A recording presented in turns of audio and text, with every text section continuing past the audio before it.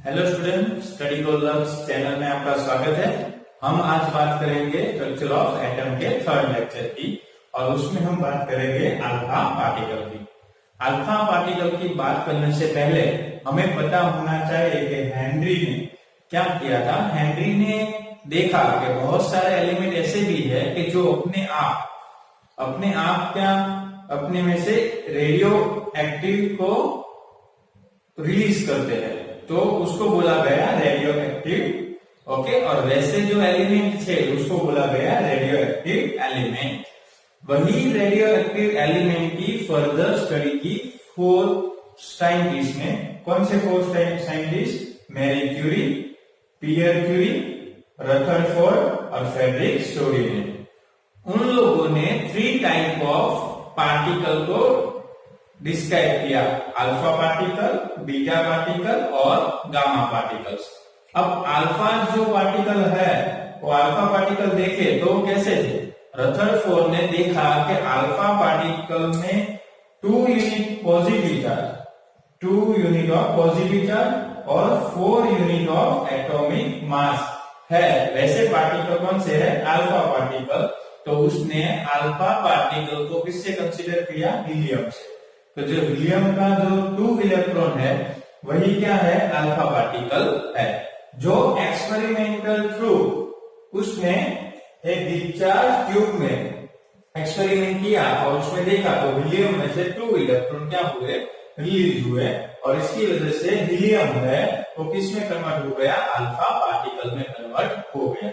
Means real में alpha particle की जो डिस्कवरी की है तो किसके द्वारा हुई है?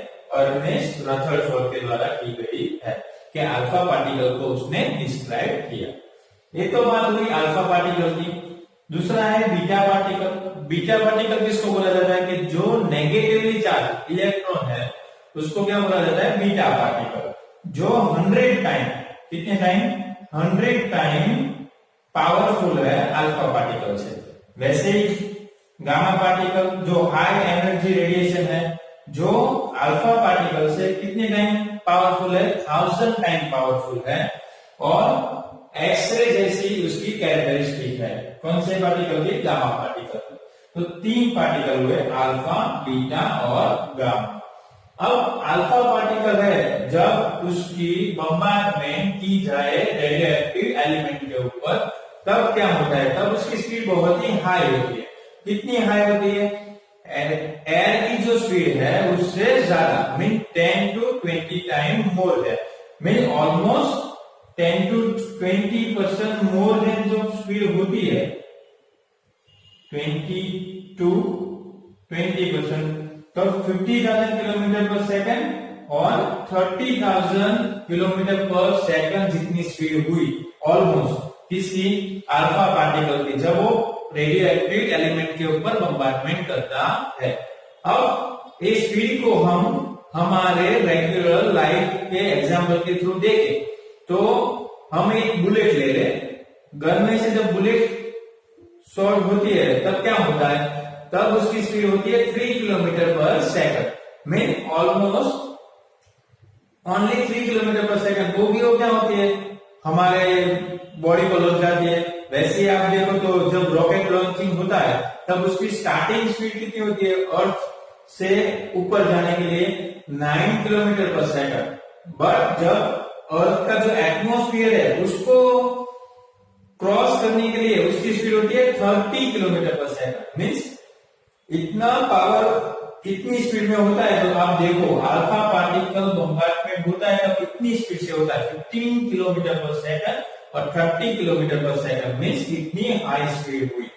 अब जब अल्फा पार्टिकल की बात करें तब उसका जो चार्ज है वो प्रोटॉन से कैसा है? ट्वाइस है, मीन्स डबलिंग है।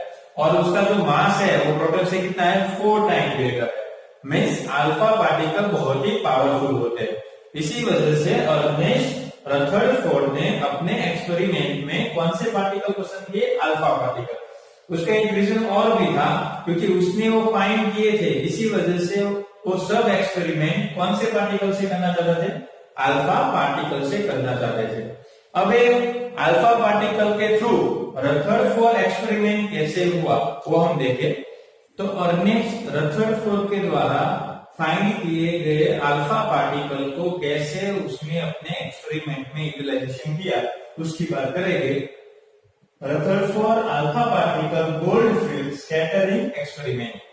इस एक्सपेरिमेंट को समझने से पहले रदरफोर्ड ने कैसे ये आइडियाज लगाया कि भाई कैसे अलग अलग मेटल के ऊपर अल्फा पार्टिकल की बम्बार्डमेंट की जाए तो क्या रिएक्शन आता है, मीन ऑब्जर्वेशन क्या आता है, वो देखने के लिए नॉर्मली कैजुअली मीन्स उसने सोचा नहीं था कि ऐसा होगा, कैजुअली एक इंसिडेंट ऐसा हुआ कि जो उसका असिस्टेंट था कौन, गीगर, तो गीगर ने उसको पूछा रदरफोर्ड को कि भाई मेरा एक स्टूडेंट है कि जो स्टूडेंट यूनिवर्सिटी टॉपर है तो उसको मुझे वर्क देना है। तो रदरफोर्ड ने क्या किया, रदरफोर्ड ने किया कि तुझे वर्क देना है तो क्या देगा वर्क, अलग अलग मेटल लेने को बोल उसको और वही मेटल की फॉइल बनाए, पतली फॉइल जिसके ऊपर वो क्या करे, अल्फा पार्टिकल की बम्बार्डमेंट करे। तो ऐसा गीगर ने किसको बोला, मार्सडन को बोला कि जो उसका स्टूडेंट था। तो रदरफोर्ड ने गीगर को एडवाइस दी, गीगर ने मार्सडन को। अब गीगर और मार्सडन ने रदरफोर्ड की बात है उसको मान ली और अपना एक्सपेरिमेंट करना स्टार्ट किया। रदरफोर्ड को आइडिया नहीं था कि जो फॉइल के ऊपर इतनी अल्फा पार्टिकल की बम्बार्डमेंट करेंगे तो एक्चुअली क्या होगा, वो तो सोच रहा था कि अल्फा पार्टिकल की जो स्पीड है वो तो बहुत ज्यादा है, 27,000 और 30,000 किलोमीटर पर सेकंड, मीन्स वो फॉइल में से क्या हो जाएंगे, पास हो जाएगा। बट इन लोगों ने सीरियसली एक्सपेरिमेंट किया, किसने, गीगर और मार्सडन ने। तो जो एक्सपेरिमेंट हुआ उसमें क्या किया, सबसे पहले तो उन लोगों ने अलग अलग थीन फॉइल ली, जैसे कि गोल्ड, सिल्वर, वो भी कितनी थी, 0.4 माइक्रो थिकनेस वाले मीन्स इसका मैं आपको अंदाजा दूं तो जो गोल्ड की लेयर चढ़ाई जाती है, कोई भी रिंग है या कोई भी बैंगल्स है तो उसके ऊपर, तो उसकी जो थिकनेस होती है वो 3 माइक्रोन होती है। कितनी होती है, 3 माइक्रोन। यहाँ पे उससे भी कम में 0.4 माइक्रोन वाली थीन फॉइल ली और वो थीन फॉइल के ऊपर अल्फा पार्टिकल की क्या की, उन लोगों ने बम्बार्डमेंट की। मैंने आपको बोला था बम्बार्डमेंट होती है तो उसको क्या बोला जाता है, सेंटिलेशन बोला जाता है। तो यहाँ पे बम्बार्डमेंट की गई कौन सी, अल्फा पार्टिकल की जो पावरफुल थे। अब जब गोल्ड और सिल्वर फॉइल के ऊपर बम्बार्डमेंट हुई तब क्या हुई, जो source of alpha particle was radium और radioactive substance place in the block of lead, means alpha particle की जब बम्बार्डमेंट हुई तो उस पार्टिकल को डिटेक्ट करने के लिए हमें क्या चाहिए कि भाई स्क्रीन चाहिए। तो स्क्रीन को रखा गया और स्क्रीन किसकी रखी गई, जिंक सल्फेट की स्क्रीन को रखा गया कि जो उसके ऊपर पार्टिकल आएंगे तो उसके ऊपर क्या होगी, फ्लैश ऑफ लाइट होगी बीम के। तो अल्फा पार्टिकल को पास किया गया स्लिट में से, वही स्लिट में से कहा गया गोल्ड फॉइल में, और गोल्ड फॉइल में से पास हो गए और स्क्रीन के ऊपर क्या हुए, ऑब्टेन हुए, जिससे पता चले कि पार्टिकल कैसे पास हो रहे हैं, स्ट्रेट पास हो रहे हैं, डिफ्लेक्ट हो रहे हैं, 90 डिग्री के ऊपर हो रहे हैं, 90 डिग्री से कम हो रहे हैं डिफ्लेक्ट, तो सब एक्सपेरिमेंट के थ्रू पता चला। एक्चुअली हुआ क्या, एक्सपेरिमेंट किया तो रिजल्ट क्या है, ऑब्जर्वेशन क्या है, इस एक्सपेरिमेंट की वजह से पूरा जो पार्टिकल है वो पार्टिकल में से ऑलमोस्ट सब जो अल्फा पार्टिकल है वो क्या हो रहे थे, पास हो जा रहे थे। तो थोड़े माइनर 0.1% जितने ही क्या होते थे, डिफ्लेक्ट होते थे, और उसमें से भी 0.01% क्या हो रहे थे, वापस आ रहे थे। तो उसको हम समझते हैं कि कैसे वो ऑब्जर्वेशन हुआ, और वो ऑब्जर्वेशन देख के जो ये रदरफोर्ड है वो क्या हो गया, शॉक हो गया। कैसे पॉसिबल हुआ कि इतनी स्पीड से जाने वाले जो पार्टिकल है वो पास नहीं हुए और उसमें से एक दो ऐसे हुए कि जो वापस आए 20,000 में से। तो ये तो थोड़ा जो रिजल्ट उसने एक्सेप्ट किया था उससे क्या हुआ, डिफरेंट हुआ, और इसी वजह से उसका ऑब्जर्वेशन देखिए वो थोड़ा अचंभित, मीन्स हम थोड़ा शॉकिंग हो गया कि भाई ये कैसे हुआ। तो देखो कैसे, क्या ऑब्जर्वेशन आया, हमने Rutherford alpha particle gold foil scattering experiment देखा। तो वो जो एक्सपेरिमेंट कंप्लीट हुआ तब थोड़े ऑब्जर्वेशन देख के जो रदरफोर्ड है वो क्या हो गए, कंफ्यूज हो गए कि भाई ऐसा कैसे हुआ कि भाई जो पार्टिकल पास हो रहे थे अल्फा पार्टिकल वो ऑलमोस्ट क्या हो रहे थे, फॉइल में से पास हो रहे थे, मीन्स वो तो एक्सेप्टेड था कि हाँ रियली पास हो रहे हैं। तो कितने पास हो जा रहे थे अल्फा पार्टिकल, 99.9%। अल्फा पार्टिकल क्या, विदाउट अंडरगोइंग एनी डिफ्लेक्शन क्या हो रहे थे, पास आउट हो रहे थे, इसमें से एटम में से। बट थोड़े ऐसे भी पार्टिकल थे कि जो स्मॉल डिफ्लेक्शन कर रहे थे, पर कैसा, बहुत ही कम, स्लाइटली डिफ्लेक्टेड पार्टिकल थे।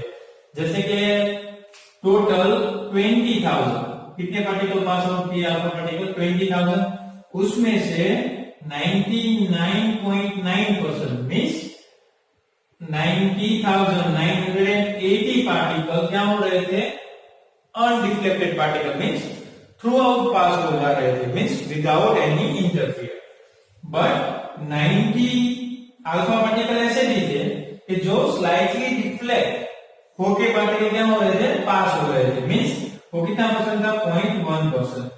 But only one alpha particle 20,000 में से ऐसा था कि जो कंप्लीटली डिफ्लेक्ट हो रहा था, मीन्स लार्ज डिफ्लेक्शन बता रहा था 90 डिग्री से भी ज्यादा। मीन्स आप देखो 90 डिग्री जितना, मीन्स कहने का मीनिंग ये है कि कोई तो चार्ज पार्टिकल है एटम में कि जो अल्फा पार्टिकल को पास नहीं होने दे रहा। मीन्स आपको पता है अल्फा पार्टिकल है तो उसकी स्पीड कितनी थी, 27,000 किलोमीटर पर सेकंड।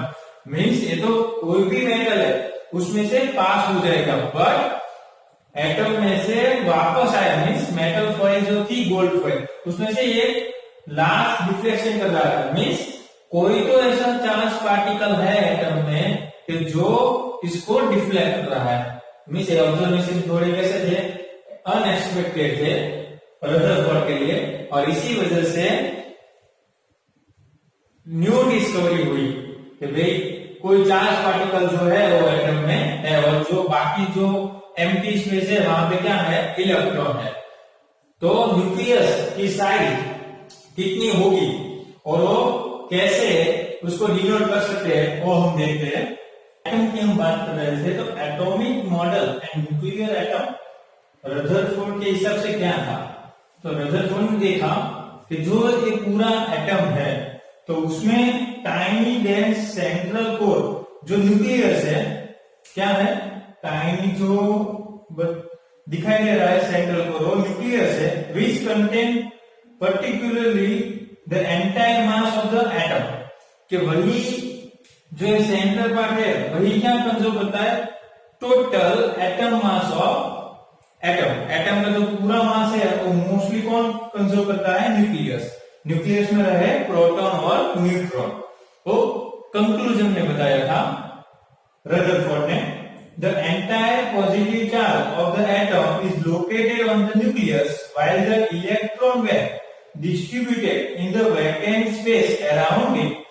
जो इलेक्ट्रॉन है वो तो पता है कि जो खाली जगह है उसमें क्या है, घूम रहे हैं, बट सेंटर में क्या है, न्यूक्लियस है और उसमें कौन सा चार्ज है, पॉजिटिव चार्ज है। मीन्स कहने का मीनिंग ये हुआ रदरफोर्ड का कि जो प्लैनेट जैसे सन के अराउंड घूमते हैं वैसे ही कौन घूमता है, electron. Electron were moving in orbit और close circular path around the nucleus. Mean nucleus के अराउंड वो क्लोजेस्ट फॉर्म में क्या कर रहा होगा, घूम रहा होगा।